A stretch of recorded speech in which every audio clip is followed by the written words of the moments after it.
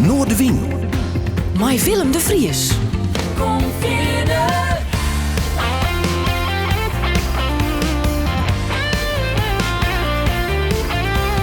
Alles wat te speelt.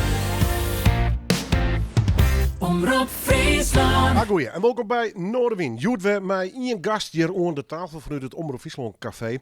Joet een bijzonder man, vind ik zelf. Hij draait al een hele tijd mee in de muziekwereld. Waar het woord verneemt in Friesland en ik de boeten mij een bekend nummer. En dat had weer een link met een hele bekende Grense zanger. Ik wil het net cryptischer meidje. We hadden Ricky van Dalen, gong natuurlijk ook genot. Ricky, mooi dat je best. Welkom. Dankjewel. En die Grense zanger. Ja, dat is Ede Staal. Ja, natuurlijk. Ja, natuurlijk. Wat een geweldige man ben je dat. Jong storven. Prachtig repertoire. Ja, ik ken het bij wegdromen, Willem. Geef het straks wie het Ja. Leuk dat je best. Het komende uren geef het hoe die grote passie muziek ha. Ja. Uit het verliezen en ook over het heden en de toekomst natuurlijk. En ik vreeg het eigenlijk alle gasten elke weekend doe ik bij die. Ja. Zeker bij het hele corona gebeuren. Hoe is het met die? Ja, onkruid vergaat niet, Willem. Nou ja, dat is natuurlijk allemaal wel even pittig. Hè? Je raakt je hele inkomen kwijt. Nou ja, dan ben je al eens even op mijn visite geweest en dan ben je maar weer wat anders bedenken. Nou ja, ik ben een autodidact, dus ik denk, nou ja, ik kom uiteindelijk uit de autohandel of diverse soorten handel. Ik denk, moet er maar wat beginnen. Dan ben we een scootershop beginnen, het zal er niet te lang over uitweiden, dus daar ben we maar mee begonnen. En, maar ja, dat zet ook niet gelijk natuurlijk vanaf 0, 60 gelijk in de markt. Dus ja, dan moest hij naar de sociale media aanboren, dus, om alle wind weer in de zeilen te krijgen. Nou ja, en dus kan overleven die 2 jaar, maar het is natuurlijk niks. Hè? Maar ik weet nog wel, voor de laatste lockdown waren we weer behoorlijk goed aan het optreden. En dan gaat het allemaal dubbel op, voor je gevoel. En niet omdat ik daar ben ik ook niet miljonair van, maar ik bedoel, dan kun je je wel goed redden weer. En dan kun je weer perspectief, kun je weer investeren op jezelf. Hè? Want ik ben wel bijna 56, maar ik wil nog zo graag. Dus ik bedoel, ik wil de komende 10 jaar nog wel even gas geven. Hè? Wat zullen we maar even plat te zeggen. Ben je er nog net? Ja, Hè? niet. Ja, precies. Ja, toch? Dus hij is zelf leven, de best van bouwjaar 66 net Ja, voor mij. mooi bouwjaar, jong. Dus, ik ben geboren op de dag dat Cliff Richard nummer 1 stond met Living Doll. Het kinderoors. Ja. Fantastisch. Ja, prachtig. Ja. En echt een liefhouder. Ja, Uit de kaart in geboorteplak, zocht stiet dat ik echt liefhoudt. ja. Thuis, ziekenhuis, wat wie de Stadsziekenhuis. stadsziekenhuis. Ja. Maar ja, dat heb ik natuurlijk bij de geboorte metmaakt, maar daar kan ik me niet zoveel meer van herinneren. Uit wat van naaistkomst? Arbeidersgezin, hè. Mijn vader die werkte bij de Friese Koe. En was ook een stadstype, maar die heette Roy Rinus. Tenminste, zo noemden ze hem. Rinus van Dalen, dubbel A. Maar leeft ook al 20 jaar niet meer. En mijn moeder die zat voornamelijk in de horeca. En doordat ze bij de Friese Koe, mijn vader had 33 jaar bij de Friese Koe werkt vroeger. Hè, de opslag zie je in Britsum. Hè, daar sloegen ze alles op. Maar wij woonden, tenminste even een kanttekening. Ik ben 11 keer verhuisd op mijn 18e. Maar in ieder geval, hij werkte er 33 jaar. En de laatste jaren dat ik bij mijn oude thuis woonde, dat was boven de fabriek. En hun hadden voor het, hun hadden een bijbaan erbij. Ondanks dat ze alle twee ook nog door de week werkten. Mijn moeder die stond de laatste jaar in een ijshal, hè, bijvoorbeeld in het horeca gedeelte. En nou ja, ze hadden een stand erbij, bijvoorbeeld op diverse evenementen, zoals Recreana's en dan stonden ze daar met een stand van de Friese Koe en dan verkochten zij ze en daar verdienen ze dan ook weer geld aan. Dus ik ben eigenlijk, ja, het werk en wend, hè, dat je met de paplepel ingaat en de muziek, dat komt eigenlijk een beetje van uit mezelf. Wat ben je tussen radio on of waar de plaat ze waren wel draait? muziek geïnteresseerd, maar niet zoals ik het ben. Ik bedoel, op mijn 3e jaar begon ik me er als stevig voor te interesseren. En ik weet ook niet waarom. Ik weet ook niet ik ben ook niet geïnspireerd door iemand uit de familie weg. Want dat was toen ook gewoon, bij ons het gezin niet in ieder geval. Maar ik heb niet een makkelijke jeugd gehad. En dus denk ik dat mijn uitlaatklep vooral kwam. Omdat ik zeg maar wat kon... hoe zeg je dat? Dan kon ik wegdromen in de muziek. Daar is het eigenlijk door ontstaan. Beetje een vlucht, zeg maar. Ja, ik ben 11 keer verhuisd op mijn 18e. Nou ja, dan kan je natuurlijk, dat kan ik hier wel gaan zitten vertellen. Dan ben we hier volgende week nog bezig. Maar dat zegt eigenlijk wel genoeg. Hè? Dus dan zoek je toch een soort uitlaatklep. Ja. En ik heb dat ook met sport gehad, maar vooral met muziek. Alleen, ik ben in 1991 voor mezelf begonnen. En toen heb ik de muziek uit mijn hoofd zetten. Dan ben ik ik ben nog steeds ondernemer natuurlijk. Maar Maar pas op mijn 34ste ben ik begonnen met zingen. Althans, wat je zingen kennen noemen. Daarvoor weer tussen de scholen Maar waren. zangtalent ben ik nooit geweest. Ik heb maar één groot talent, maar dat heb ik met alles. Dat is mijn wilskracht. En dat een ander niet zei van, dat doe het nou maar niet, of de kerst het niet. Nou, dat moest hij mij niet zeggen, Willem. Want dan doe ik het toch. Rechte dwarsbongel. Ja, maar ik denk dat je dat ook nodig binnen in het bedrijfsleven of in wat je ook doet. Hè? En nou ja, ik ben gelukkig ook niet een man dat het me slecht gaat. Dat ik denk van nou, ik ga aan de kroeg in of ik ga naar de drugs. Want dan ben ik helemaal, ik ben wel van een drankje, maar ik zoek het in mezelf. En dan wacht ik op een moment, een knopje in mijn hoofd, dat het even omgaat. Nou, dan ga ik er vol voor. Doe versoepst letterlijk en figuurlijk dus net in de ellende. Nou, dat kan best wel zo wezen, maar ik ga niet onder water. Nee. Dus ik zoek gewoon naar een inspiratiemoment. Dat kan door alles weer, door een gesprek met iemand of een film. Ja, dat klinkt misschien heel raar. Ik keek vroeger natuurlijk wel naar Rocky-films. Nou, dat is ook zo'n verhaal van, nou, die man begint heel straatarm en die heeft alles tegen. En dan op een gegeven moment, dan komt hij in die overwinningsdrang en dan behaalt hij eigenlijk ook wat hij behalen wil. Het is misschien wat plat. Maar eigenlijk is mijn levensverhaal precies hetzelfde. Ik ben natuurlijk geen Rocky, maar ik bedoel voor mijn gevoel en voor wie ik ben. Ik wil wel altijd iets betekenen. En men hield mij vroeger in het gezin wel eens voor dat ik het beter niet kon doen, want dan ging het verkeerd. Nou, dat is eigenlijk een rode draad in mijn leven. Dus dat ze met me aan de gang binnen, dat moeten ze bij mij niet doen. Dan denk ik van kom maar op dan. Klinkt als een woordpik, joh. Nou, ik denk dat dat voor Friesland wel een beetje eigen is. Daar hoef je niet speciaal voor in u te worden te komen. Maar het is wel zo, als je van de straat binnen, of tenminste vanuit een arbeidersgezin, en het is niet met schep en geld naar binnen waait, dan zei je toch zelf, en je wil een beetje, ja, toch je eigen ikje wezen. En je wil je wat profileren. En niet als een of andere grote vent. Want ik ben ook niet van het arrogante, want daar hou ik helemaal niet van. Maar kijk dat ik muziek maak al die jaren, en vooral zelf muziek maak en schrijf. Als ze hadden niet een hond naar luisteren, maar ik kan het wel op YouTube zetten. En dan denk ik, als ik nou ooit eens een keer overlijd, dat hopen we natuurlijk niet op korte termijn. Maar dan heb ik wel iets achterlaten. Nou, mooi toch? Ja. Ja, en dat snap ik ook wel. Er staan ook wel heel veel autobiografische dingen op. Want je bent altijd bekend door dat genot natuurlijk. Maar ik heb in principe wel honderden platen online staan, ook op Spotify. En als mensen dat niet weten. Maar als ze nou echt op YouTube gaan kijken en ze komen 150 filmpjes tegen. Dat ze denken 150 filmpjes, dan is het alleen maar genot maken. Nee, dat is niet zo. Ja, dus het kan aan de ene kant het is alleen maar feestmuziek. En aan de andere kant kan het zwaar autobiografisch wezen over het moeilijke leven wat ik in mijn jeugd leidde heb. Dus, maar dat vind ik echt wel weer mooi, want zo is het leven ook. Ja. Het is met vallen en opstaan. En we zitten alweer in een periode dat het heerlijk gaat. Dus dan geven we weer gas. We zijn optimistisch vanuit. Ja, natuurlijk. Mooi man, leuk dat je best nogmaals. Ja. Kan ik vragen om een aantal platen met te nemen. En de komst, en dat vind ik wel leuk, maar een heel mooi origineel lijstje. Ja. Want iedereen denkt natuurlijk dat we Dikke Mick en het levenslied. Ja, nogmaals. ja, precies. Daar ben ik nog steeds voor. Nou, wist je wat het maar is? Ik wil er even een kanttekening plaatsen. Want zei maar eens 5 platen uitzoeken. Ja, ik heb wel 50.000 platen uitzoeken wel, maar ik vind het allemaal mooi. Ja. Maar ik denk, als ik nou echt naar mijn ziel kijk. Ik ben wel Nederlandstalige zanger, zo zeggen ze dat dan op jou. Maar ik ben eigenlijk best wel allround, want ik zing ook heel veel Engels. Als het moet. En daar is het uiteindelijk ook door ontstaan. En ik ben natuurlijk een jongen van de jaren 60.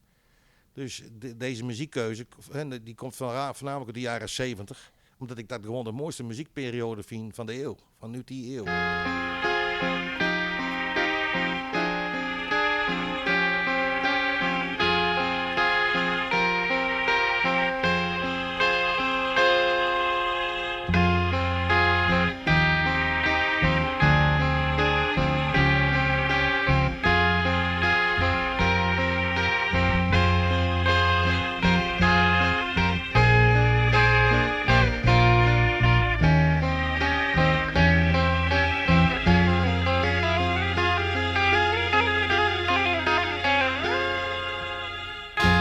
Every time that I look in the mirror, all these lines in my face getting clearer.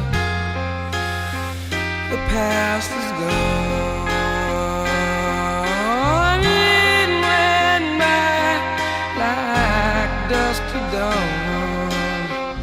Isn't that the way? Everybody's got the dues in life to pay.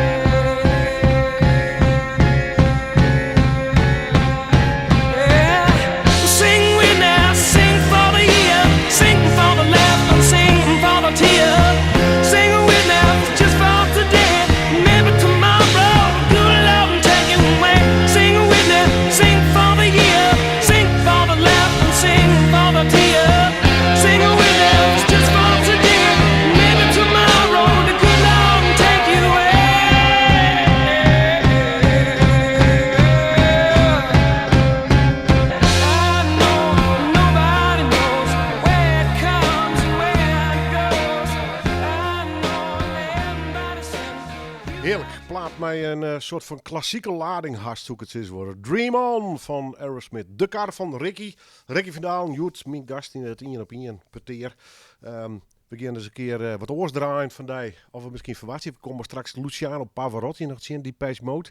Ricky, even toch een beetje over het verliezen, even tron neusleer. Een louter buurtje, opgroeid, vaak verhuizen. 11 keer. 11 keer, zei dus. Tot mijn 18e. Broers, zussen? 1 zus. 1 zus. Ja, die had een camping in de Westerreen. In de Westereen, de Woorden. Ja, samen met een man uiteraard. Ja, in de Woorden. Dus daar kom ik ook al vanaf mijn derde jaar. Ja, mooi man. Ja. Nou, de Woorden en de Louters gaat altijd wel, toch? Ja, maar eigenlijk ken ik wel met iedereen. Ah, ja. Maar het laat ook een beetje aan je eigen persoonlijkheid. Ja. Muziek. Wat kwam ze als eerste te zien? Want toen zei ze, wie wil een jongen van de stritten. En nou goed, arbeidersgezin, dus ik wil knokken. Dus ik heb die muziek ook wel wat nodig om mee op te groeien. Om mijn eigen soort droomwereldje te scheppen. Maar wat wie die muziek? Hoe bedoel je dat? Wat luisterde? Alles. Kijk, we zijn opgegroeid in een top 40 mentaliteit. Hè? Want ik luisterde steenvast naar Ferry Maat op donderdagavond, tussen 6 en 9. Soul Show. Ja, die komt trouwens heel toevallig weer in keer ik, waarom, hè? Ik ben 1 keer discjockey van Friesland geweest. Dat organiseerde Riens Faber. Waarmee we een heel kort te houden. En ik kreeg toen een vaste baan bij Twilight en Drachten. Dat wie vroeger het haantje. En Twilight had ook maar een paar jaar bestaan. Maar het eerste jaar dat het dan open ging, toen heb ik een avond mogen draaien met Ferry Maat. Nou ja, hoe geweldig is dat, Willem? Ben ik er de hel? Jazeker. Hoe wie dat? Maar één van de grote held, want toen was het ook Lex Harding, vond ik wel, dat was wel mijn grootste held. Want als er dan vrijdag, zeg maar, de Veronica Top 40 kwam, ja, ik was ook altijd bij Poortplatenzaak, haalde ik me altijd mijn singeltjes. En de vast natuurlijk, nou ja, hoe noem je dat? De Top 40 lijst. Hè? Poort weer die in zaak? Ja, zeker. Ja. Ja. Hè, want die is het Wobben nog met de put. Ja, net een wobber, maar ik bedoel... En op Nijstad is het Van Akker. Ja, Van Akker ook. Ja, Maar want Poort weer een beetje die club. Ik wie ook wel een struinen, want dan was jong. Dus en binnen die eigen financiële mogelijkheden. Ik bedoel, als een jonge baas bent. Ik werkte altijd, ook vanaf jongs af aan. Ik had een ijskokkar. Nou ja, we hadden een buurman, die heette Lambert Meijer. En die beheerde die dingen en, van de Friese koe. En dan zat ik op mijn 15e. Maar bij Boekema zat ik ook wel glazen te spoelen in de ochtend bij de appelveenmerken. Om toch maar een patiënt te verdienen. Dus want het werken, dat was bij ons, nou ja, dat moest. Had je wat willen verdienen, kijk, zakgeld kost krijgen, maar dat op een gegeven moment, dat was maar een hele korte periode. En gewoon zelf aan het werken en zelf verdienen. Nou ja, en met die cent kocht singeltjes. En ik had op laatst duizenden. Ik heb het op laatst, toen de cd's in kwamen, toen dacht ik, dat is de nieuwe rage. En toen heb ik alles verkocht in mijn omke. Die heette, Blomke Verromke, dat in mijn oom. Dat is zijn vrouw is een zuster van mijn moeder. Maar die had alle verniel aan. Die had toen alles van mij overgenomen. Dat waren duizenden stuks. En die had ze nog. Helemaal leeft nog steeds. Ah ja. Spiet van? Ah, weet ik net. Beetje. Het hoort allemaal bij het leven. Ja. Tegenwoordig, je hebt weer van die periodes, dan komt dat verniel weer in. Hè? Maar ja, aan de andere kant, ik denk, ja, het is wat het is. Ja. Het bloed in je familie, zou maar eens bedenken. Ja, zo is het ook nog een keer. En dat niet alleen, maar ik heb ook een hele tijd radio maken. En tegenwoordig alles wat er aan muziek bestaat, is vindbaar. Dus ik vind, ik heb niet zoveel met een fysiek singeltje dat ik denk, gewoon, die is zo speciaal, die moet ik echt kopen of zo. Nee, dat heb ik niet. Top 40, neem eens een paar nummers die Gries draait hast, singeltjes. Goh, maar dat is zoveel. Kijk, ik ben zelf een DJ geweest. Ik draaide vroeger wel op campings en voetbalclubs. Dus ja, ik kan niet echt één nummer noemen. Want dat is zo. Maar schetsen die een decor. Nou kijk, het Nederlandstalen vroeger, dat hier in uw beleving, als ze bij ons Nederlandstalen draaiden, was dat op zondag een geheime zender. Voordat je naar het voetbal ging, naar de amateurclub, en dat was vroeger niet kader. Dan werd bijvoorbeeld een piratenzender opzetten. En welke weet ik niet meer, maar dat was toen zo. Maar wat bijvoorbeeld bij ons vroeger veel draait werd, dat waren de Cats of Bee Gees. En dat van oude lui uit, hè. En bijvoorbeeld Neil Diamond. Nou ja, ik noem maar wat. Ja.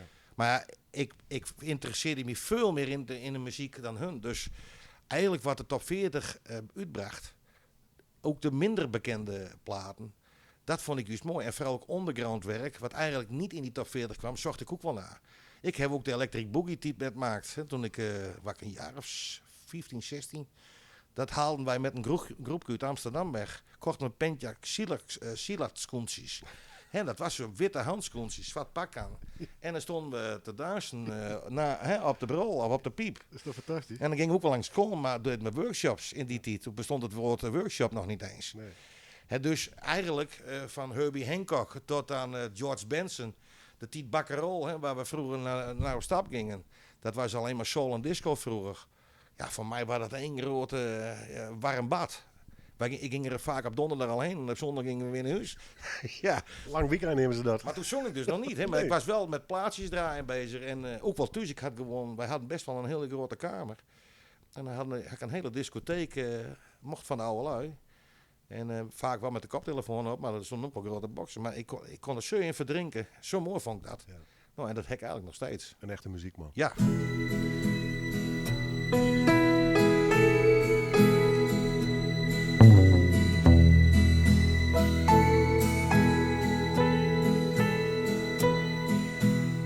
I can think of younger days when living for my life was everything a man could want to do.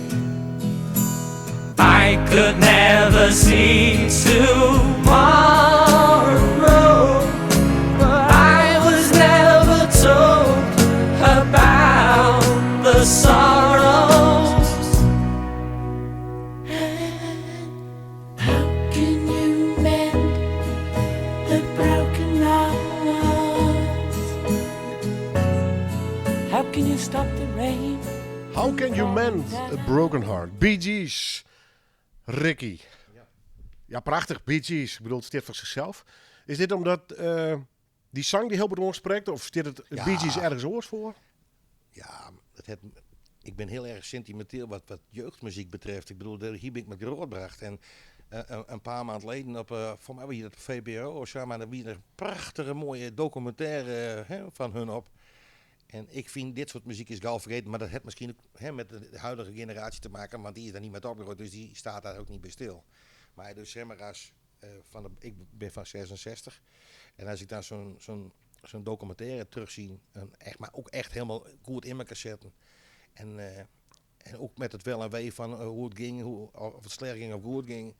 Ik vond het was zo indrukwekkend. En als dit soort platen, dat kent trouwens, want ze hebben nog wel tientallen andere mooie platen, maar deze spreekt mij voor dit programma gewoon, want daar denk ik dan ook wel weer over na. Ja, ik ken er op wegdromen, dat vind ik mooi. Ja. Ik ken er, nou dat merk ik wel aan me, ik ken er erg van genieten. Ja, fantastisch. Hè? Ja, en we hebben maar 5 platen, maar ik had er wel 5000 uit kunnen zoeken. Doen we nog eens een poging. Ja, joh. Een soort recordpoging. Ja. Slag het Ricky erin om 5000. Nee, oké. Even, Nou, daar heb je nou niet uit. Waarom? Goed jongen, beetje radio, DJ-achtige jeugd. Hij is gewoon meer met plaatjes bezig. De singeltjes keep je bij Poort. Dat sfeerke dus. Uiteindelijk. Dank zoals naar je optreden staan, wie toch vooral discothekenwerk was die eerst. Vroeger ja. Wist je wel Vroeger concert, wel, man, of festivals of dat soort dingen? Nee, maar wel discotheek. Vroeger had in Leeuwarden was best wel een heel groot uitgaansleven. Daar is allerlei soorten discotheken. Maar ook in het klein. Ik heb vroeger zelf, nou daar kan ik straks wel even op komen, maar ik ben op mijn 15 ging ik al naar Bakkerol. Dat mocht natuurlijk helemaal niet, maar ging wel. Maar dan had je VAT 69. Maar dan had je ook Ode. Ik vond het geweldig. Alternatieve muziek. Ja, daar rol ik om. Ja, maar dus de beginperiode van U2 en Talking Heads en noem alles maar op. Ja. En als mensen me dit horen zeggen, denk ik, waar heeft die man het over? Nee, ik pakte alles met. Want ik wil eigenlijk niks missen. En ook de entourage binnen in zo'n discotheek of in zo'n dancing. Bij Bakkerol had het soulpubliek. Daar waren veel donkere mensen, maar ook blanke natuurlijk. Maar niet om die mensen. Maar ik bedoel, een klimaat van allerlei soorten stromingen. Ja, ik vond het super interessant. Ik wil met iedereen omgaan. Ik vond het geweldig. En dan kwam ze bijvoorbeeld in VAT 69. Nou, daar zat wat meer de elite. Toch of niet? En dan kwam ze in een ode terecht. Ja, daar Nou, kwam ik helemaal niet zwart gekleed. Ik ben Ja. New Wave, hè. Ik ben en heel met erg al New die Wave. gekleurde TL'tjes aan het plafond. Wees dat nou? Ja. Ja, ik vond en kijk, en dan kom je dus ook allemaal verschillende muziekstromingen komt er op je af. Ja. En ik absorbeerde alles op. Dus ik weet ook heel veel uit die periodes weg. En ik ben zelf nog discjockey geweest in La Bella, in de Grote Hoogstraat. En dat wie toen rund door Ronnie, die had dan eigenlijk op de wijze had hij dan eigenlijk een heel oor bedeeld met mijn vrouw van het, hoe zeg je dat? nou ja, die exploiteerde dan daar een soort prostitueehuis, laat ik maar eens even zeggen, of een hoerenkeet, hoe wil je het noemen. Maar in ieder geval, die had dan ook La Bella. En nou, die had wel Billy Preston, Mai Tai. En ik wie net de top DJ. Ik stond er op woensdag, donderdag en zondags. En dan hadden ze een DJ, die heette Blowfly. En die draaide dan op vrijdag en zaterdag. Maar ik was wel onderdeel van het geheel. Dus had er dan een optreden weer van dat soort artiesten. Ach jongen, kom op, Billy Preston komt. Nou, ja, kom op. Nou, Mai Tai was in die tijd in de jaren 80 ook gewoon geweldig populair. Ja. Ik bedoel, ik heb wel ik ben ook discjockey geweest in Actania op de Schelling. En al die muziekstromingen, dus van U2 tot Mai Tai tot, nou, dat draaide ik toen ook. Omdat daar werd ik door geïnspireerd. Nou, later kreeg ik wat radioambitie en toen hadden we in Leeuwarden dan Aquarius. Maar dat kwam je ook niet zomaar. Dat heeft ook al jaren geduurd. Maar kreeg ik gewoon een screentest om er binnen te komen. Maar dat zat best wel, want ondanks dat de illegaliteit bestond, of ontstond, werd het wat later wat toegankelijker en ze werden legaal natuurlijk. En toen mocht ik daar niet achter een microfoon zitten, maar wel de techniek doen. Dus dan deed ik Leeuwarden lokaal of spotprogramma's. Dan zat ik op zondag te schuiven. Ja, jongen, dat is toch geweldig, want dan kom je steeds dichter bij die microfoon. Ja. Op een gegeven moment ontstaat Mercurius.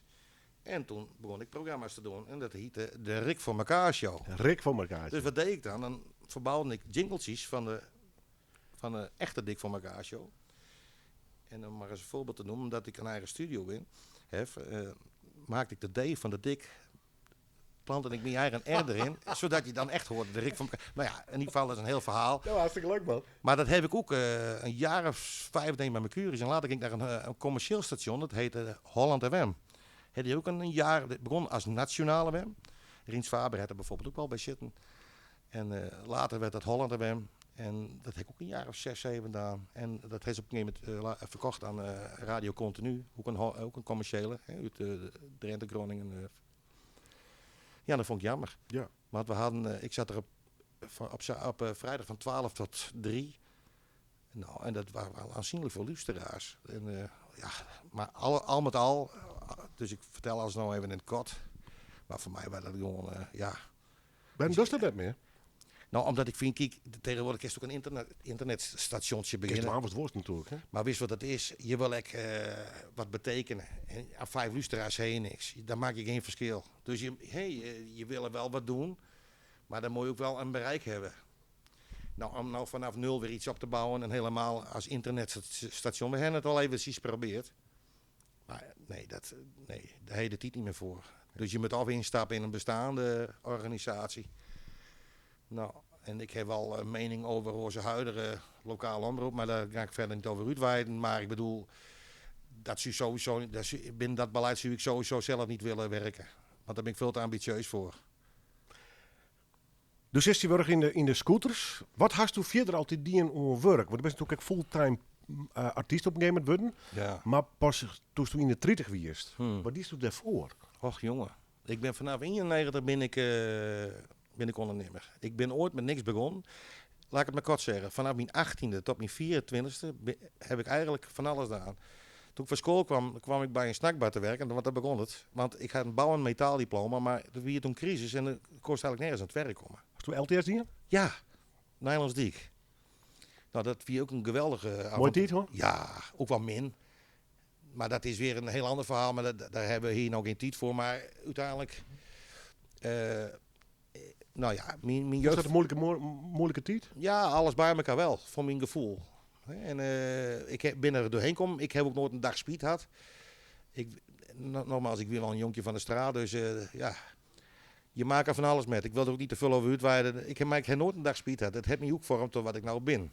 En de rugzak die je metneemt van vroeger, daar zou je altijd een beetje last van houden. Maar dat kun je in het positief omdraaien.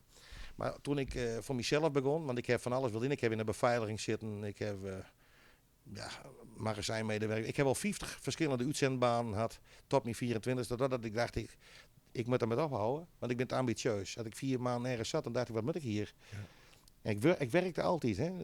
Ik was ook niet maar van, ik ga mooi achteroverleunen, nee. En toen dacht ik, wat mag ik graag doen? Dat is rieden. Ik had weinig geld. Nou, dan denk ik van, ik ben in een couriersbedrijf. Maar er zaten niet zoveel. En dat ze tegen mij zeiden, van, dat kan je beter niet doen, jongen.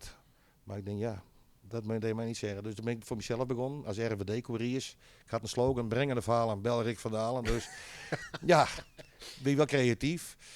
En ik ben begonnen, eerst met 1 auto. En op een gegeven moment, mijn omke, Blomke van Romke, die zei van, ik heb wel 200 adressen voor je in de maand. Begin staan maar met. En dat bouwde ik op een gegeven moment uit.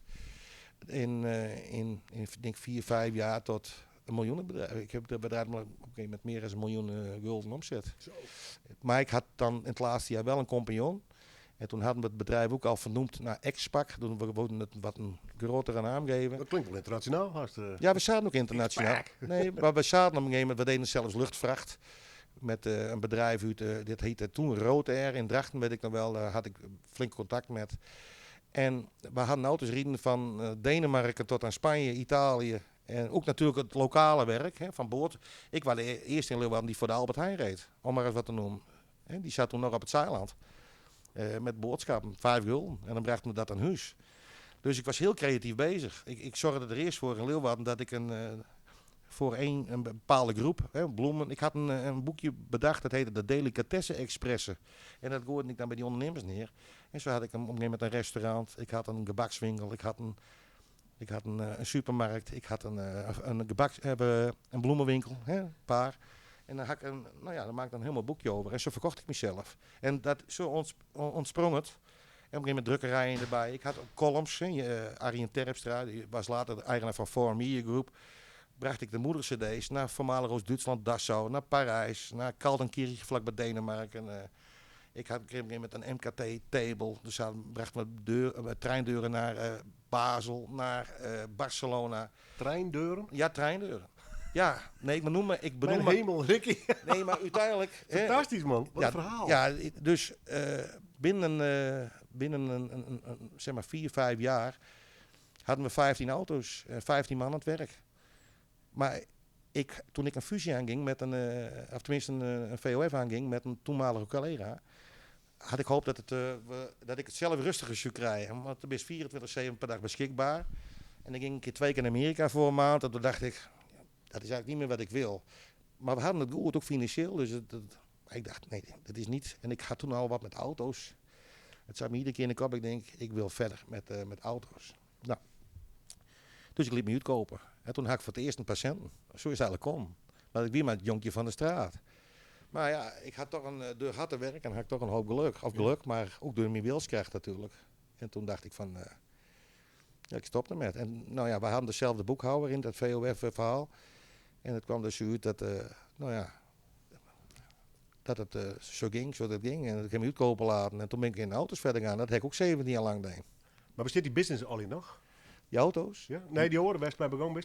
Nee, ik weet niet. Het is daarna geloof ik niet zo heel goed gaan. Ja. Maar dat was verder nadat ik eruit stapte. Ja. Correct op die dus. Nou, weet ik net. Ik denk, misschien had ik wel wat serieuzer impact op dat geheel. Alleen, ja, voor mij, het inspireerde me niet meer. Het is bij mij altijd zo geweest, als ik denk van, ken je nog ervan? Dan gooi ik het beltje er neer. Maar niet, ik wacht niet tot het schip onder water leidt. Nee, kan ik me voorstellen. Je moet altijd ophouden op het moment dat je denkt van, nou, het gaat op een hars verkeerd. En dan moet je gewoon echt realistisch wezen en zeggen van, nou is het mooi geweest. Ja. Of je moet denken, god, dit gaat hartstikke best. Wat ga ik dan doen? Ga ik het 10 jaar doortrekken of is het weer tijd voor iets nieuws? En ik ben eigenlijk ook wel een man van projecten. Ik vind dat wel mooi.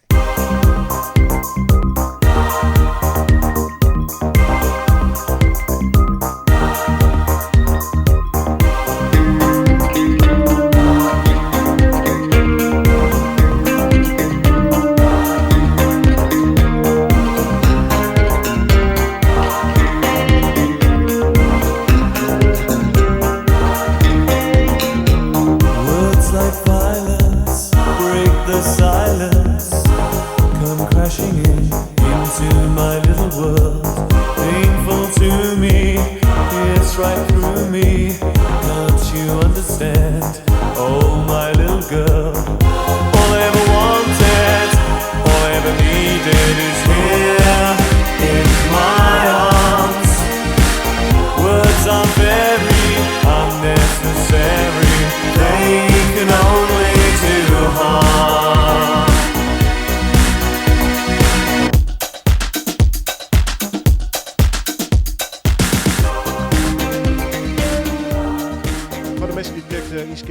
Ricky Verdalen zit Joet bij mij onder de tafel voor een 1-op-1 partij. We gaan al oppraten, maar dat doe ik mij een heel soort artiesten. We maken nog wel een deel 2, 3, 4, 5. We kunnen nog heel lang erop praten, Rick. Ja. We zijn ook nog lang nog net kleer trouwens.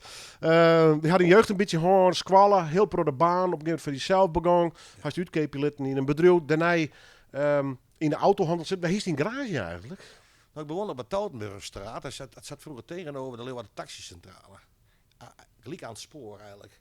En dat is zeg maar, het spoor van Ljouwert naar Mine, Sneek en Akkerem en zo die kanten op. Nou, dus ik bedacht me, ik met een pand waar in ieder geval genoeg auto's langs rijden en dat wie een deur aan de weg. Dus ik denk, nou, dat ga ik daar mooi zitten. Nou, maar ja, ik had in die tijd eigenlijk wel 1 of 2 auto's. Dat waren wat exclusieve auto's, maar die verkocht ik toen. En dan kocht ik daar weer een hele stapel wat goedkoper van. En zo begon ik. En dat heb ik 4 jaar zitten. En ik had een geschil met die huurbaas, want ik had wat lekkages en al die dingen. En die man, bleek later dat ik een gasmeter, een elektriciteitsmeter had waar iedereen op zat. Dus ik betaalde mijn schil en het bleek later dat iedereen erop zat. En daar had ik ook een geschil over. Voor de hele buurt. Ja, juist. Dus, nou ja, daar hadden we een gerechtelijke schil over en dat heb ik won.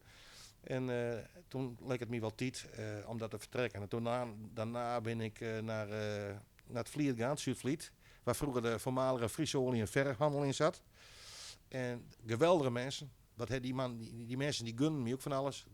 Ja, ik moest natuurlijk wel netjes betalen. Maar ik bedoel, met die mensen kon ik alle kanten. Nou, ook toen het minder ging. Want ik weet er wel, ik ging erheen in 2001. En toen stonden mensen letterlijk voor het hek. Maar ik had wel, ik denk, tussen de 80 en 100 auto's op de trein staan. En op een gegeven moment kwam Marktplaats in. Nou. En dan zag ze eigenlijk al, want dat internet heeft ook de boel stagneert. Hè. Kijk, tegenwoordig viert het normaal. Maar vroeger had je dat niet. Ja, je had een autotrader of een telegraaf. En dan zag je op zaterdag kijken van wat is waar te koop. En dan ren je erheen. En ze stonden dus ook 's ochtends wel eens bij me voor het hek om 10 uur. Nou, en Romy die zat er ook wel even leuk. Hè. Romy die zat dan op het Noordvliet. En die zat er in zijn hemke vaak al om 8 uur. Dus dan ging ik eerst altijd even de Romy daar. Met je sigaarken. Ja, sigaarken. Nou, en dan zaten we daar eerst even 2 uur te keuvelen. Nou, dat was op zich ook al een avontuur. Ja. En eigenlijk, dat is misschien wel leuk om te zeggen, Romy is ook vrij laat begonnen met zingen. Maar ik weet toch best, dit is natuurlijk even een hele andere hoe zit dat? Een hele andere inslag van het verhaal. Maar wat ik wel mooi vond, Romy neemt me ooit een keer met. En toen had ze nog minidisken en toen zei ik met optreden in Leek. Hij zei in een sporthal. Hij zei, maar ik ken dat ding zelf niet instaan. Dat was dat voor mij doen. En ik werd helemaal gecharmeerd van Romy, maar ik wist eigenlijk niet wie die was. Ik vond zijn zang ook niet zo geweldig. Ik had nog nooit verdiept in dat repertoire. Ik ben zelf ook niet zo'n topzanger, dus toen dacht ik van, nou, dan maak ik dat een keer met. En toen deed ik dat. En ik kwam daar in die hal. En waar kreeg dat Mozes de zee opende. Die man die kwam binnen. Ik wist niet wat me gebeurde. Ik denk, wat is dit? Want ik had me er nooit in verdiept. Een totale andere wereld dus. Ja, maar ik zag Romy gewoon meer als een autokoopman die een stukje zong hier en daar. Maar ik kende de man helemaal niet. En, dus toen ben ik een keer met geweest. En toen zag ik dat gebeuren. En ik denk, en wat een geweldige charisma die man dan op die mensen had. Het was onvoorstelbaar. En in al die jaren dat ik die man kon, die man had ook geen vijand. Het was een hele aparte gewaarwording. En vooral in dat Leek, toen dacht ik van, kijk, en ik had natuurlijk dat muzikale zelf ook wat in me. En ik wil hem niet kopiëren, hoor, absoluut niet. Want mijn muziek liep totaal niet op dat van hem. Dus dat was mijn insteek ook helemaal niet. Maar ik vond het wel fijn om het te beleven. Want ik denk, als ik nou ooit iets wil, goh, daar loop je toch een soort van voorbeeld van hoe het ook kan wezen als gewone man. Hè? Toch of niet? Zo heb ik het in ieder geval ervaren. En is daar het al een beetje begonnen met? Nou, weet ik net. Ik bedoel, maar ik wuurde al eigenlijk altijd wel. Maar ik was veel meer bezig met mijn eigen bedrijven.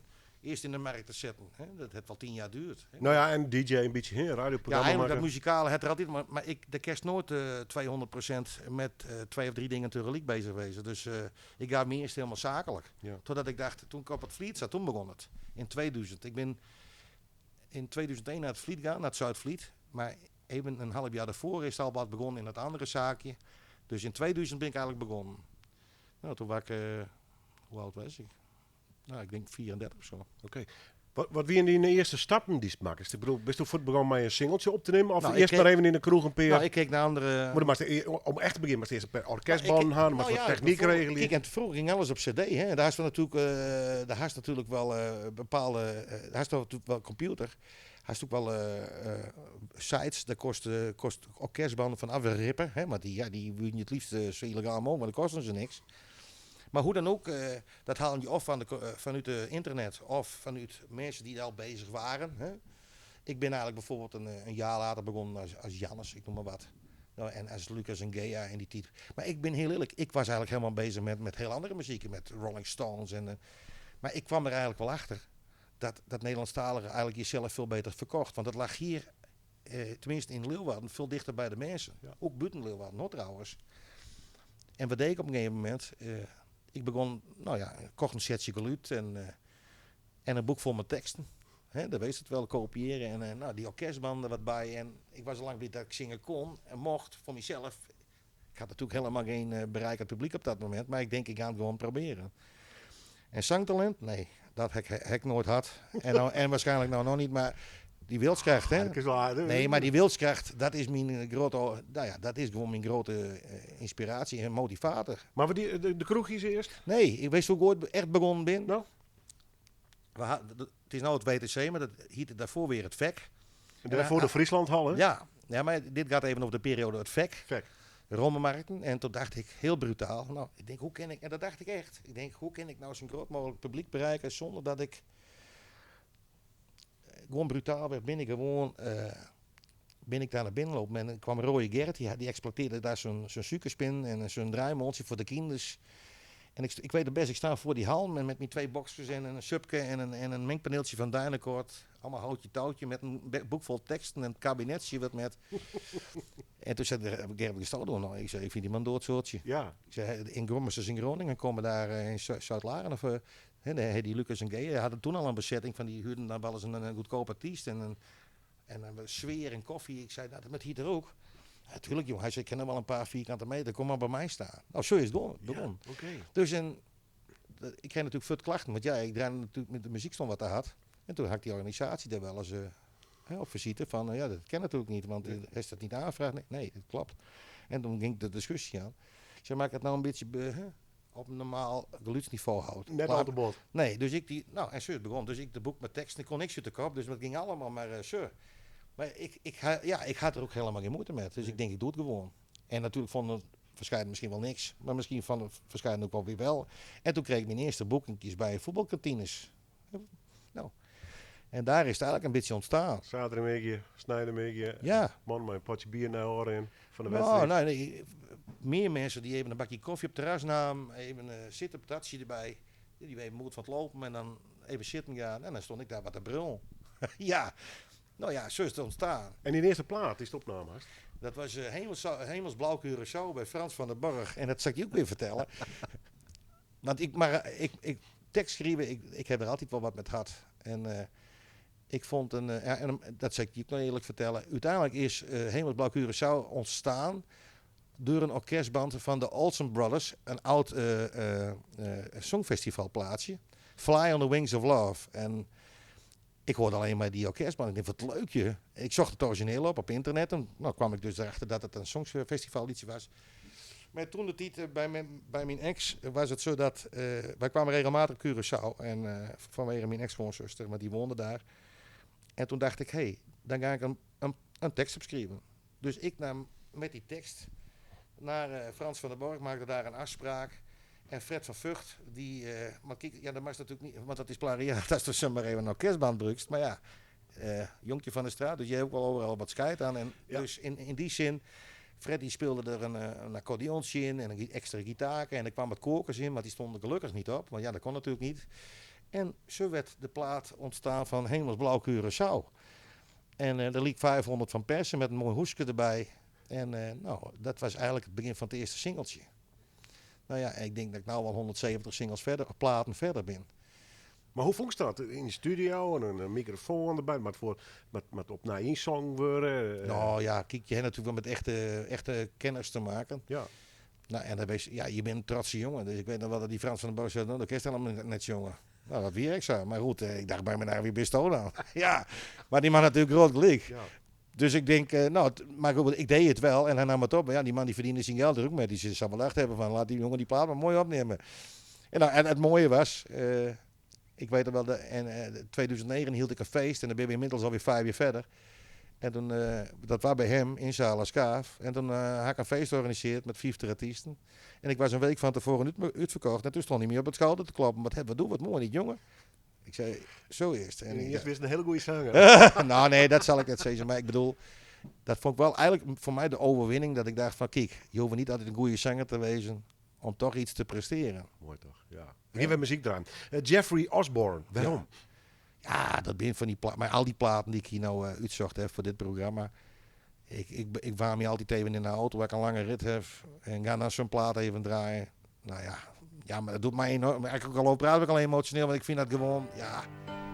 Die ben echt de topzangers. En ja, ik hou ervan.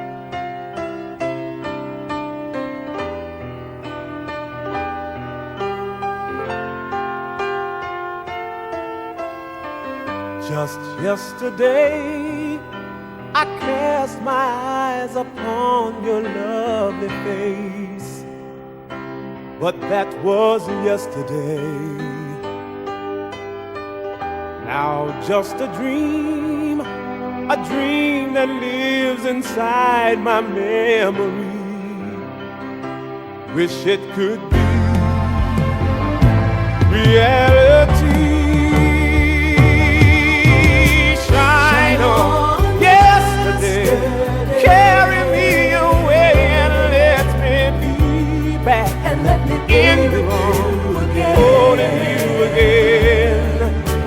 Shine on yesterday, carry me away to be with you.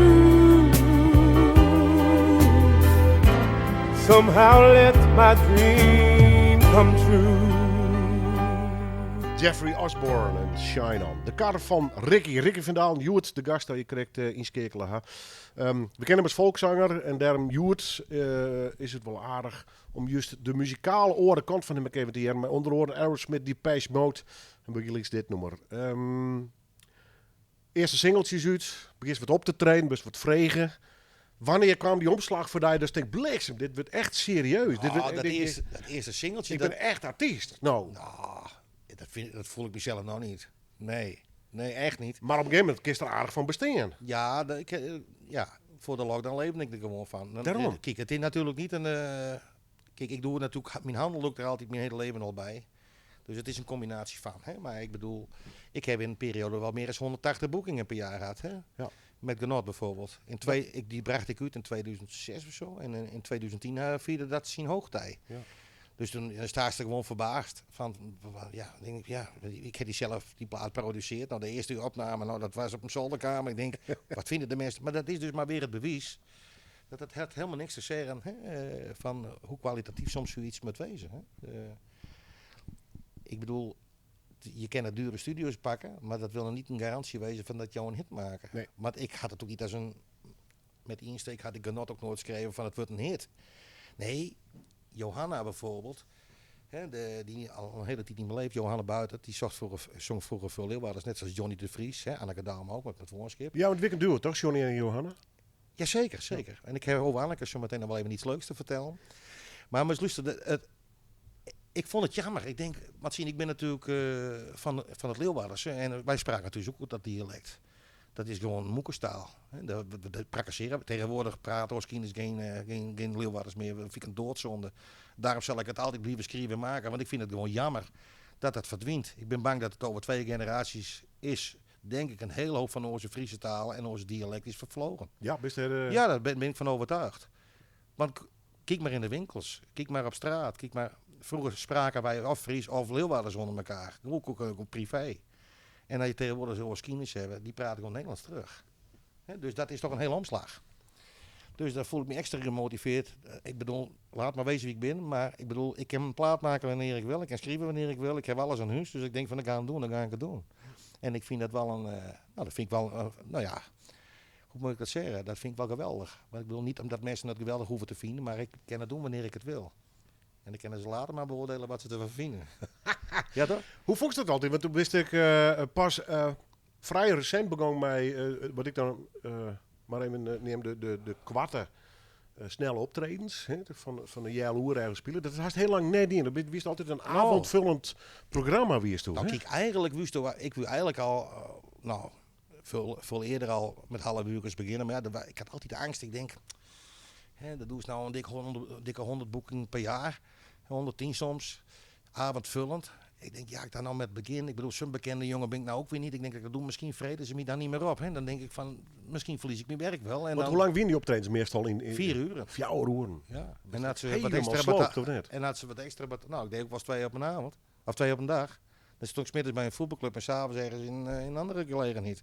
Dus dan was ik gewoon 16, 17 uur op een dag bezig met de rieden, afbouwen, afbreken. Want we hebben ook oorzijgen geluid, oorzijgen verlichting. We nemen alles zelf met. Dus eigenlijk ben ik net een band, alleen ik doe alles in mijn eentje. En ik had of een chauffeur bij me, of de laatste jaren mijn zoon. Maar dat weer een zwieren klussen. Ja, maar niet... kijk, ik ben nu straks 56. Maar ik ben nu 22,5 jaar onderweg. Maar ja, ik was vroeger zo sterk als ik, dus dat boeide me helemaal niks. Ik bedoel, ik hoorde uit de auto, zette het neer en gas geven met die hap. En dan krijg je adrenaline van de mensen die jou omarmen op dat moment.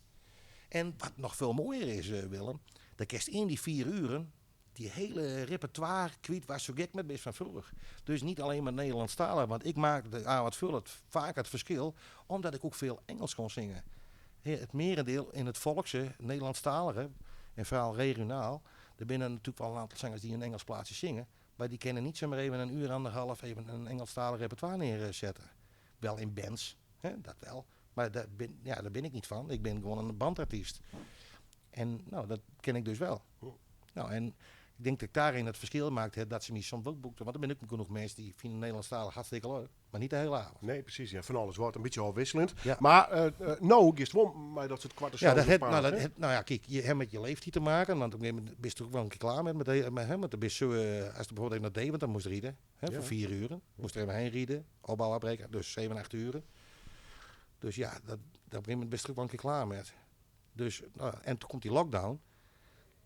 En je moet er wat bedenken. En dan begin je zo'n zaken bij, 6 dagen in de week. En dan ook nog even in het weekend even 2 of 3 keer een optreden van 4 uur. Ja, dat trok ik gewoon niet meer. Ik zou haast een hartkwaal krijgen, maar ja. Nou, die had ik al op die dat had moment. dus, Hè. ja, mijn gezondheid speelde op dat moment wel een hele grote rol. Want ik heb een jaar of 8, 9 verschrikkelijk last had van hartritmestoornis.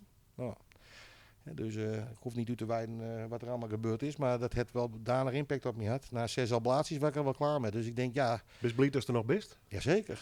Ja, want je komt... nou ja, ik heb 120 IC-opnames gehad. Poeh. Ja. Dus 6 keer geopereerd. Tenminste, dat noemen ze ablaties. Maar op een gegeven moment heb ik zoveel littekenweefsel in mijn hart gekregen. Dat, dan moet je op een gegeven moment beslissingen nemen van... Neem je een hartkastje of... Nou, ik heb het vorig jaar besloten, maar vorig jaar hebben ze me bij de dood nog weggehaald. Dat klinkt heel populair, maar dat is natuurlijk absoluut niet zo. Nee. Want toen sloeg het hartritme naar een verkeerde kamer. En gelukkig is mijn zoon bij me, maar dan was ik er misschien niet eens mee geweest. Dus, en toen hebben ze me voor de keuze gezet. Ja, ik zei, had je zo'n hartkastje nemen, dan ben je overleverd aan het hartkastje. Dus dat betekent dat, nou ja, houdt hij op, dan hou jou ook op. Kijk, en als je hart ophoudt, dan kunnen ze hem nog eens een keer in gang brengen. Dus, maar goed, het is een hele moeilijke beslissing. Ik heb toen gezegd van nou, moet je luisteren, die keren dat ik het had, dat gok ik gewoon. Dus ik zei, ik laat het, ik doe het eerst even niet. Laat mij maar gewoon gebeuren. En hoe gek het ook is, net of heb ik van bovenaf toch een soort van gunfactor met gekregen. Sindsdien heb ik het ook niet meer gehad. Ik heb nog een hele tijd aan de medicatie zitten, maar zelfs dat is nou ook weg. Dus ik ben helemaal vrij van medicatie. Zo. Dus ja, ik ben best van een gezegend man op dit moment. Maar geen les meer? Nee. En wat is maar ik heb het eerder een keer 8, 9 maanden niet had. En dan in één keer plok, dat was er weer. Ja. Dus ja, ik moet het afklappen. Maar vooralsnog, het voelt geweldig. Ja. En dat je dat... Ben je er bang voor? Ik ben niet bang voor de dood meer. Nee. Maar ik heb het al zo vaak in ogen gezien. Het is zelfs een keer voorkomen, Willem, dat ik voor de 3e keer op operatietafel lag, dat ik gewoon in slaap viel voordat ze me begonnen te opereren. Nee. Ja, dat is echt waar. Ja, apart, hè? God, dat lijkt Ricky, die valt gewoon in ja, maar slaap. niet de slaap van ik ga even lekker koersen. Nee, maar nee. je bent zo moe. Want ik bedoel, je bent ZZP'er, hè? Je wordt er niet financieel ondersteund. Je spaart er goed en gaan gauw naar de kloten, maar even plat te zeggen. En ja, wat mooier. Er is geen keuze. Hè? Die dokter zei, je moet nou rustig aan doen. Ja, maar ik zei, rustig aan, betaal mijn rekeningen niet. Nee. En dan, normaal moest je nationaal ablatie 14 dagen, eerst even rustig, maar 3 dagen later stak ik weer op te treden. Ik heb wel met mijn vrouwenparochie. Toen was mijn zoon ook voor me die was nog maar 15 of 16. Maar die wuurde gewoon met omdat hij wel zag zitten dat het niet zo goed ging. Maar ik moest werken, want dan moest ik wat binnenkomen. Maar dat ik gewoon in van het derde naar het vierde uur gewoon op een kruk moest gaan zitten. Want ik kon mezelf gewoon niet eens meer op mijn been houden. Maar ik ging gewoon deur. Maar hoe is het nog met hij dan? Ja, ik vond me prima. Want hoe zit de jongen op de bank? Toen was er aan nog drukte en dan is dit waard, het is maandje, begin van de weken. Ja, ik kan niet een minuut stilzitten. Nee, maar kist de jongens nog herinneren, bij wie ze spreken? Is er nog fut of merk je gewoon wanneer hij had Nou, dat het allemaal wat ik gebeurd wel is? heb geleerd, als mijn lichaam om rust vraagt, ik heb het wel smiddags op een scooterzaak, hè, dan zei mijn lichaam gewoon, die geef gewoon een signaal af van verzuring in de been, ik noem maar wat, even iets heel simpels. Ik heb ook al lichte reuma in de vingers. Dan is het voor mij een punt dat ik denk van, nou is het klaar. Ja. Dus dan is het ook niet meer van, ik moet zo nodig doorgaan. Maar ten net als de sabotles van die hartgast, dat is de Nee, haast niks meer de waankist. Dat heb ik dus helemaal. Maar dat is het rare van een hartritmestoornis. Dat heb je, of je hebt het niet. Ja. Dus het is niet iets wat er. Want als je het hebt, moet je maken dat je naar het MCL komt. Ja. Maar als het er niet is, heet niet. Dus, en als het komt, Willem, ik voel het liek in mijn nek. Die kransslagader, of tenminste de aders die door je nek heen lopen. En vooral als het een onregelmatige hartslag wordt, dat voel ik direct. Ik wacht het ook niet af. En soms had ik wel had ik een hartslag bij minimaal 140, dan belde ik meestal het ziekenhuis op. En ik bel ook niet meer een spoedeisende hulp. Ik belde niet aan de spoedeisende hulp. En dan herkenden ze de naam al en dan kon ik daar al in principe al wel heen. Ja, kreeg. Maar ik had ook wel eens had ik maar 130. En dan dacht ik, nou ik wacht het wel af. En dan verdween het eigenlijk ook wel eens af en toe. Maar dat is best wel pittig. Maar en dan hoor ik OBM, maar komt het door het hart zelf? Is er een vorm van stress of weet ze het gewoon net? Die vraag is er natuurlijk wel eens gesteld. Ja, Ja, ik weet het niet. die weet het niet. Want ik heb ook wel eens geen stress en dan heb ik het gekregen. Maar ik heb ook wel eens wel stress en dan krijg ik het niet. Dus ja. Ja, We laten dit meer. Du bist er nog beleek. ja gelukkig. En dan komt heel energiek hoor, dus ik heb wel het idee dat je fit bent. Ja, ik zit nog vol. Volle energie wordt ja. dat onbelangrijk. Ja. Nou, vol. Kijk, we zijn nou 56 volgende maand. En ik wil nog zo graag. En ik realiseer me terdege dat ik... Maar dat is ook nog relatief jong, toch? Jawel, maar dat weet je zelf wel, Willem. Als je een artiest bent, als je 20, 25 jaar bent, dan raak je wat meer zielen in mijn beleving dan dat je wat op onze leeftijd binnen. Maar goed, dat maakt niks uit. Het gaat niet alleen maar om een ander te plezieren. Maar het is ook zo fijn om jezelf nog eens te voorzien van plezier. En vooral uit je werken. Ik zei het ook net tegen jou, Willem. Dat doe je iets. Dat is gewoon een warm bad. Dat is je leven, je droom. Hè? Want ik bedoel, je verdient je geld er ook nog met. Nou, wat moet je nog meer dan? Hè, dus, Beetje van genieten. Kijk, maar het is wel zo, als jou dit vak beoefenen als artiest dan in dit geval. En je wil dat graag. Dan zou je ook, je zal jezelf in de markt moeten zetten. Je hoeft niet alles voor een ander te doen. Maar ik kom over 3 weken met een nieuw singeltje uit. Nou, dat ga ik op allerlei manieren natuurlijk promoten. Ik kan het ook laten pluggen, wat ik eigenlijk al jaren niet meer doe. Maar op een of andere manier, dan gebruik ik mijn eigen sociale media kanalen. Nou, en als het dan maar ietsjes pietjes aanslaat, dan ben ik al hartstikke tevreden. Wat voor singeltje is het? Het is een oud nummer van de Wiljo's uit 82, echt een piratenplaatsje. En daar heb ik een heel nieuw arrangement op gemaakt. Wel met dezelfde tekst uiteraard. Maar ook met het idee dat de piraten natuurlijk ook wel... want piraten binnen ook natuurlijk de mensen die je veel draaien. Dat je er niet te veel verkeerde draaien aan geeft. Dus je kan er een nieuw arrangement op maken. Maar met natuurlijk wel op het origineel lieken. Maar ook eigenlijk weer niet. Maar ik heb hem al klaar. En ik heb hem ook al hier en daar wat... laat ik hem ook wel aan dat soort mensen wat horen. Wat vind je hem ervan? En de reacties zijn wel positief. Dus en de clip is tegenwoordig ook heel erg belangrijk. Hè? Dus die clip nemen we aankomende zaterdag op. Nou, die filmen we zelf, we doen de edit zelf. Dus we bepalen ook zelf hoe de sfeer van het filmpje is. Ja, ik zie er gewoon al naar uit om het te gaan doen. Ja. Oording, het voel me op, voor een plaatselijke partij heeft een soort van clublied maken. Nou, ik ben wel politiek geïnteresseerd. Maar Dat is ook hoe ik vreemd was. Maar ik had dat niet specifiek op dat moment met een lokale partij of zo. Nee, ik kijk wel heel erg graag naar het journaal of tenminste naar praatprogramma's. En dan wil ik wel graag weten wat er allemaal speelt. Maar ik heb nog niet de politieke ambitie. Maar dat vreemd me af. Was die bemoeien met de politiek of was gewoon vreemd om een clublied te maken? Ik zal het kort houden. Kijk, ik ben benaderd door de lijst 058. Omdat ik waarschijnlijk ook een Leeuwarder ben. Om een Leeuwarder een partijlied te schrijven. Dus dan heb ik ze gevraagd van, nou weet je zit hier met een stuk of 12 of 14 man. Ik zei, doe me allemaal maar even een stuk verhaal over wat je hem ervan vinden. En wat je hem van de partij vinden. En wat je hem van je omgeving vinden. En van al de Leeuwarden gemeentes. Dus ik zei, nou, dan kan ik me daarop inspireren. Dan ga ik daar een lied over maken. Maar ja, goed, dan krijg ik al die tekst opstuurd. Nou, met tekst heb ik nooit zo vermoeid. Ik schreef het nummer nog in 3 kwartier, de tekst. Dus ik nam van alles wat met. Niet de persoon, ik heb het heel erg onpersoonlijk geschreven. Ik had niet bewust, want ik moet even een kanttekening plaatsen. Wat wel leuk was, is een van die lui schreef, ja, maar die politie die schieten zomaar op iedereen. Kijk, dat soort dingen kan je niet schrijven in een tekst. Dat kan niet. Dus ik wil wel wat algemeen houden. Maar ik schreef de tekst, het werd ook gelijk een akkoord bevonden en ik heb er een melodie op zetten. En toen dacht ik ook, ja, maar het is een partijlied. Je kan ook niet even een ander kroegnummer schrijven. En toen bedacht ik denk, hoe moet ik dat nou eens aanpakken? Toen dacht ik aan het spel kaarten van Gerard de Vries, het oude piratenplaatsje van vroeger. Die vertelt eigenlijk in een plaat wat hij beleeft. Nou, en met die insteek heb ik me geïnspireerd en heb ik totaal iets anders gemaakt, maar wel met zo'n dergelijk idee. Nou, dat werd ook gelijk akkoord bevonden. Maar dan komen hun met het verhaal van, ja, Rick, dan moest je met ons een clip maken, jongen. Dan moest in die clip. Ja, ja. Nee, kijk, dat was mijn idee niet. Want ik zei, het gaat om de partij en het gaat om je. En wat je hem doet, daar sta ik wel achter. En dat is leuk om te stipje, maar er hoeft net Nee, ik in de hoef partij dingen te doen. En ik net nee. op de voorgrond. Ik zei, dat draait maar mooi onder mooie beelden van al die gemeentes. Ja. Dat ik er een bijdrage aan kan leveren, dat vind ik al mooi genoeg. Maar ik hoef niet op de het gaat namelijk niet over mij. Het gaat over de lijst 058 en over wat ze uit willen dragen. Nou, dat is het. Mooi man. Ja. Ja. Onvermijdelijk is het wat ouder wordt en heel lang in het vak zit om eerst op een gegeven moment het jubilea te vieren.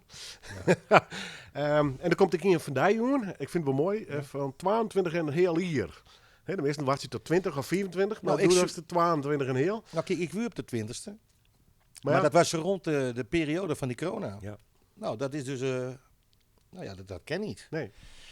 Ja, dan moet je dat online houden. Dat is ook een beetje moeilijk, niet? Maar 22 en heel hier, waar eist het op? Die 22 en heel hier 2000 verlien. ik ben in 2000 begonnen. Ja, maar had nog een optreden in de Holle wat in allereerste Nee, weer niet wist dat specifiek. niet. Nee, dat niet specifiek. Nee. Nee, ik ben in 2000 begonnen. En dan moet je in zo'n jaar een periode... Kijk, nou ga je kijken van... Ja, we zitten met diverse lockdowns. Ik bedoel, de regering kan van het een op het andere moment... Als de infecties weer toenemen... Op de, hè, Ja, dan kan een dan enorme horror variant dus erop ik doen. kijk even naar de 2 voorgaande jaren. Nou, wanneer ben die golven komen van dat het land dichtgooien? Meestal na de vakanties, hè, nadat iedereen weer op een bult zit. En, Ja. Dus ik dacht, nou, september is meestal iedereen nog wel op vakantie. Hè, tenminste de laatste groepen toch van... Ik denk, nou, dan Dus oktober. moeten we begin oktober iets doen. Nou, zo is het eigenlijk komen. Dus ik heb besloten, samen met de eigenaar... Of de uitbater van Sanssouci... In Belsum is het in nog. Belsum, ja. En nou ja, kijk, ik heb ook wel gedacht aan een schaap, maar die doet het niet meer. Hè? Tenminste, die heeft er geen vergunning meer voor. Nou, en de neushoorn is me te klein en te koud. Dat vind ik niks. Ja, de harmonie is te duur. En WTC ook. Ja. Met alle respect hoor, want ik bedoel, ja, iedereen heeft natuurlijk zijn prijs. Maar ik wil het eigenlijk, het bedrag voor de mensen die naar me toe komen, wel zo laag mogelijk houden. Hè? En, Wat is het waan? Wat is het waan met het feest? nou, ik heb in 2009 een keer een schaaf gehouden voor 50 artiesten. Nou, ik denk dat moeten we nou maar niet doen, maar we doen het nou voor 30. En kijk, een gemiddelde artiest zingt een half uur. Maar wat organiseer je, joh? Ja, 30 artiesten daar. Nou, ik heb het wel met 50, denk ik. Ja, ik weet het niet. Ik heb er geen moeite met. Nee, bleef de laagsterk bij. Prachtig. Ja. En waar komen al je? Nou, ik heb voor het weekend heb ik Jan Berel nog boekt. Die had op dit moment een plaatsje met Onze Moeder, Zee nog. Hè? Of Zee toch? Het zei hij misschien niet. Het is nou een plaatsje van Chris Andrews. Die had hier een Nederlandse tekst opgeschreven, opgeschreven laten. En zoals bij omroepen zoals Radio NL, wordt die plaat ik denk wel 10, 12 keer per dag draait. En die had denk ik in tijd van een paar maanden al meer dan 1,9 miljoen views. Om maar eens even wat aan te geven. Dus die is mateloos populair. Ik keek ook even bij hem op een website. Die man heeft zo ongelooflijk veel boekingen. En hij is hier ook mateloos populair. Ik denk, die man die moet ik erbij hebben. Jan Biggel. Jan Biggel. En als je hem ziet, Willem, gewoon een kale man. Achter een bar. Gewoon helemaal de weg kwijt. Maar iedereen die vindt die plaat leuk. Nou, en ik denk, ja, het moet een feest worden dus. Maar ik heb bijvoorbeeld ook een Django Wagner heb wel boekt. Dat is in die wereld van grote namen. Dat is in onze wereld een van de grootste. Ja, tenminste, en persoonlijk. Ik vind dat gewoon die man had een geweldige mooie stem. Maar ik ken hem ook in persoon. En daar val ik ook heel erg voor. Dat is met Janne Zoegouw. Die hebben dan deze avond dan toevallig een keer niet. Maar dat zijn allemaal, ondanks dat ze heel groot zijn, toch ook hele gewone mensen. En dat vind ik gewoon geweldig. Nou, dan heb ik bijvoorbeeld nog een Rob Zorn erbij. En Robert Pater. En wie hebben we er nog meer bij? Ik ben heel pro, 30 in totaal. Dus Ja, ook natuurlijk. En alvast bedankt daarvoor natuurlijk. Maar een hele schaar aan regionale artiesten. Want die vind ik net zo belangrijk. Want helpen ze mij. Ze doen ook wel een beroep op mij. Dan ben ik er ook natuurlijk. Maar doet het op dit moment in Friesland of uit Friesland heel goed? In onze repertoire. Hè? Nou ja, kijk, neem nou maar bijvoorbeeld mij. Ik ben eigenlijk een van een redelijke bekende artiesten uit Friesland die eigenlijk bijna nooit draait wordt. Dus ik bedoel, wat is bekend hè? En wat is populair? Dat bepalen uit de mensen zelf. Ik blijf natuurlijk altijd vasthangen aan het genot, maar eigenlijk doe ik zoveel meer. Maar kijk, we hebben bijvoorbeeld een jongen uit Jouren of uit Sneek, die heet Jan Boy. Nou, dat is bij ons op dit moment wel een hele opkomende artiest die het best wel heel goed doet. Die investeert er ook flink op en die heeft 1 miljoen views op Spotify per nummer. Of hoe noem je dat? Streams. Ook online bijvoorbeeld op YouTube. Ja, je hebt niet zomaar 1 miljoen. En nou ja, ik heb dan even op komende artiesten. We hebben bijvoorbeeld de brandweerman uit Franeker, bijvoorbeeld André Koorstra. Ja, dat is ook een jongen, die is ook nog maar net een jaar is 5 of 6 uur bezig. Die is ook wel een jonge leeftijd, maar die is ook laat begonnen. En toch doet hij er ook alles aan om zichzelf in de markt te zetten. Maar goed, en zo kan ik er nog wel 10 opnoemen. En we hebben natuurlijk een vestigde orde. Zoals Lietse Hille, maar die waren er al. En die doet er ook alles aan om zichzelf te profileren, toch of niet?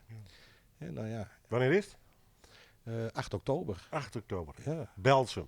Ja, Belsum. En ik zorg voor panelbussen. Tenminste, daar ben ik mee bezig. Goed zo. Dus want we hebben uit alle windrichtingen en straks artiesten erbij. Ja. Ik heb ook een Bette Sipma uit de woorden.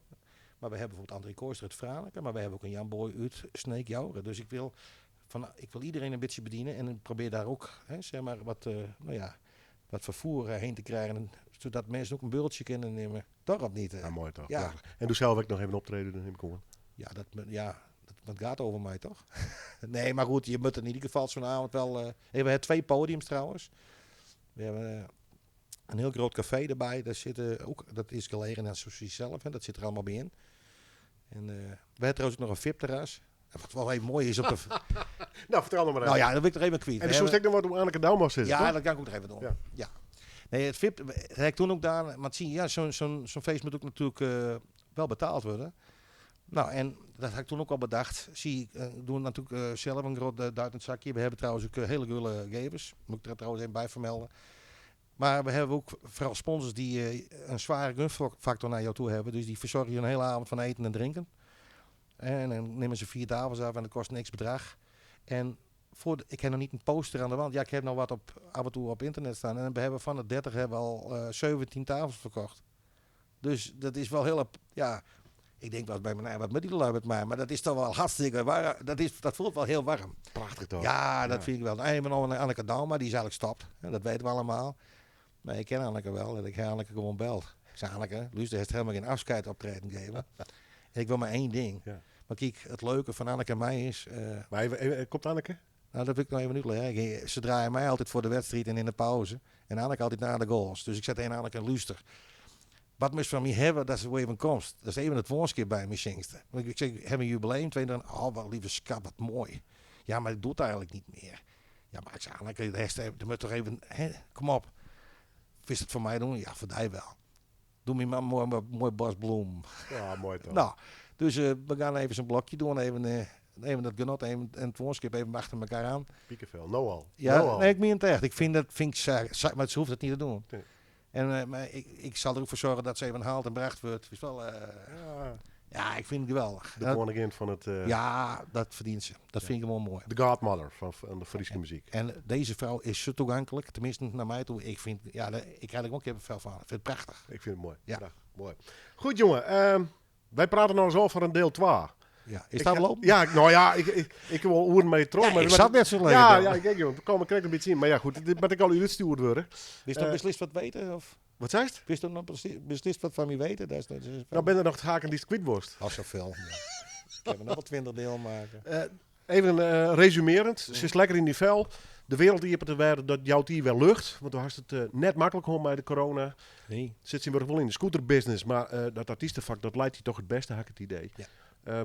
22 een heel jaar jubileum komt eraan. En als zelfs Anneke Dauma oerheilig is om tonnenwerker op te treden, dan doe je het gewoon goed, Ricky. Dat zijn Oh, wat dat die weet- status, denk ik. Hè? Weet ik niet. Ik denk dat Anneke echt een vrouw is van... dat hij ook wel van mensen houdt die gewoon normaal doen. Ja, maar die vertrouwt hij dus. Oh, dat denk ik. We zien elkaar niet vaak op visite of zo. Maar op een of andere manier... Ik heb ook wel eens een plaatsje met waar de FC Cambuur promoveert heb ik een keer gemaakt. Ja. Die ook een idee van mij. En had ze ook bepalen... Dat ze zei van, ik wil er wel op staan, maar dan moet mijn stem wel duidelijk wezen. Ja, mooi hoor. Nee, maar zulke dingen. Heel gewoon. En nou ja, ik denk ook wel dat ik die connectie met haar heb. Nou, dat vind ik fijn. Kom ik goed met Ricky dus. Ik hoop het wel. Ja, het gaat goed. Nou ja, dat bepaal ik zelf niet. Maar voor mezelf voelt het wel zo. Straalt in ieder geval. Ja. En ik vond het in ieder geval heel erg mooi dat ze te gast was. Woest nogmaals, hoe een hier of 1, 2, 3, meidje weer deel 2 en dan komt het wel goed, Ricky. Dan praten we dan even Ik wil verder. heel lang willen. Maar, sinds ik er voor me bij, in oktober maar we op televisie meteen een feestje vieren van tevoren. Nou, het is misschien wel even leuk. Ik wil namelijk die avond... Toen heb mijn per artiest niet naar de studio. Komt helemaal clear. Nou, we kunnen wel eens even doen. Ja, komt goed. Ja, oké. Hey Willem, ik wil jou weer bedanken voor de eer. Nou, we draaien hier een plaat. Die moet je hem wel even uitlezen. Ja.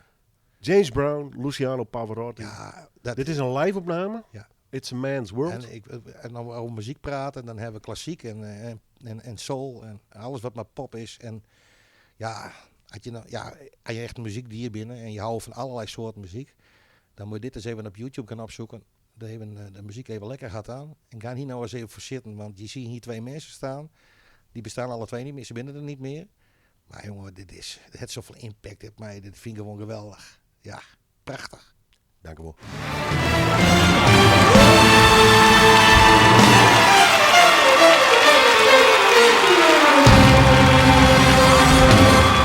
This is a man's world.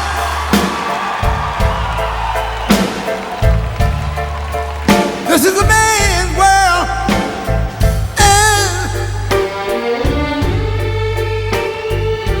But it wouldn't be nothing without a woman or a